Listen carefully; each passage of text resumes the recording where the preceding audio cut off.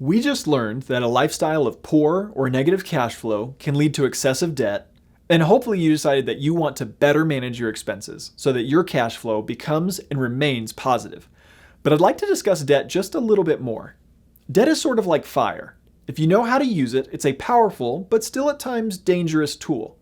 If you don't know how to use it, it can quickly spread and destroy you. Albert Einstein said, "Compound interest is the eighth wonder of the world. He who understands it, earns it, and he who doesn't, pays it." Compounding interest is, as you'll remember from high school math, that exponential curve chart. It starts out with real small gains, but then over the course of years, it shoots up real dramatically. And this powerful force can work for you through investing or against you through debt.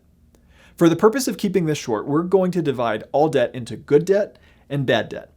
Obviously, it's a lot more nuanced than this, but it's too hard not to get caught up in the weeds, and I want to keep this information actionable. So starting first with the bad debt. This is normally thought of as consumer debt. It's the kind of debt that you rack up on a credit card because you've been spending more money than you make. Again, negative cash flow.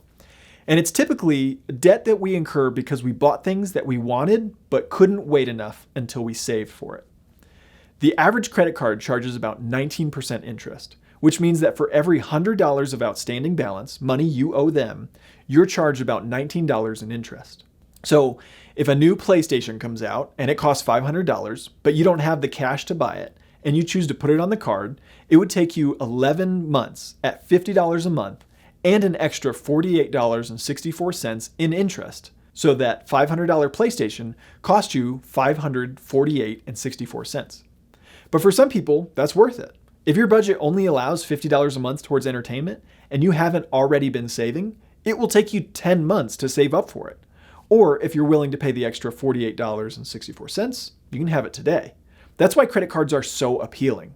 But they can be really dangerous. That 11 months to pay off the PlayStation is only if you don't use your credit card for anything else for the next 11 months.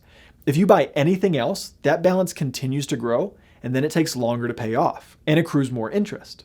Because that APR, the interest rate, is really high, it starts to snowball. 19% is significant. To put it in perspective, most savings accounts only give you 0.5% earnings. So if you've got money earning in a savings account, but you're also carrying a balance on your credit card, you are losing money at almost 40 times as fast as you're earning it. Even a good investment will only return at about half of what a credit card charges you.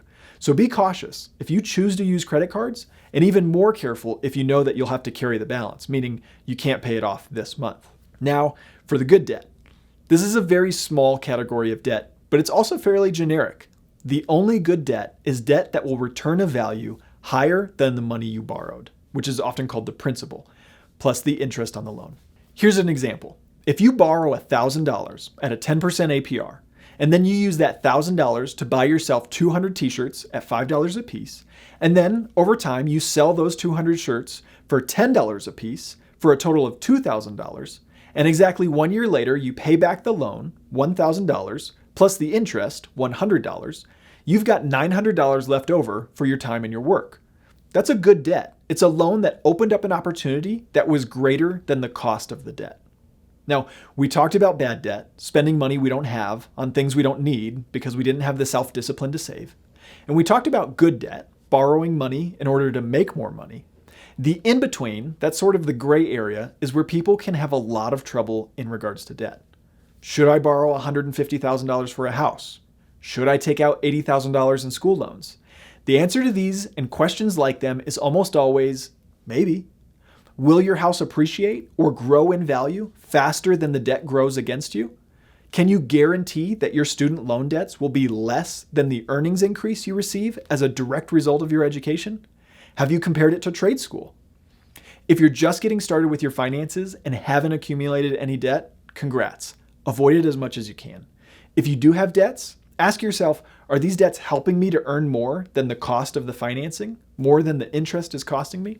If so, great. Keep paying them off as you can, but don't sweat it. If the answer is no, then you need to make a plan using your budget to pay that off as quickly as you can. Taking this course is a great step to getting your finances on track and under control. You're doing good.